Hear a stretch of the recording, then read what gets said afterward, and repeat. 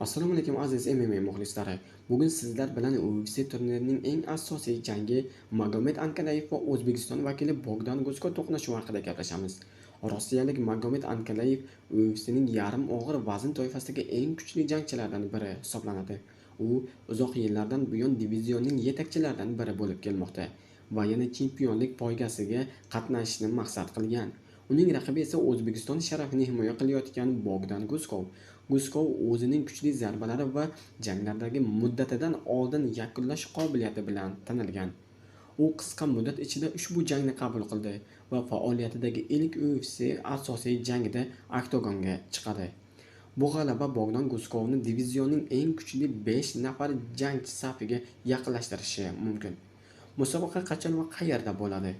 Ankalayev va Guskov turniri 2026-yil 25-iyul shanba kuni Birlashgan Arab Amirliklarida Abu Dabi shahridagi Etihad Arena'da bo'lib o'tadi.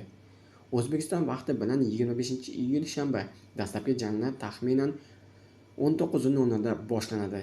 Asosiy kadr soat 22:00 da start oladi. Magomed Ankalayev va Bogdan Guskov jangi esa taxminan tungi 1 yoki 2 oralig'ida boshlanishi kutilmoqda. Aniq vaqt oldingi janglarga qancha vaqt davom etishiga qarab belgilanadi. Bu jangning ahamiyati juda katta. Ankalayev chempionlik uchun yana bir imkoniyatni qo'lga kiritishni istasa, Bogdan Guskov faoliyatidagi eng katta g'alabani qo'lga kiritish va UFC'dagi mavqeyini yanada mustahkamlash uchun oktagonga chiqadi. Shu sababli bu oqshom MMA muxlislari uchun juda qiziqarli va murosasiz bahslar bilan yodga qolishi kutilmoqda.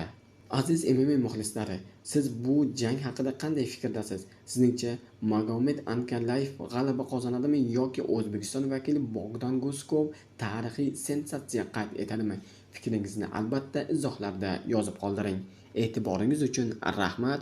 Ko'rishguncha xayr.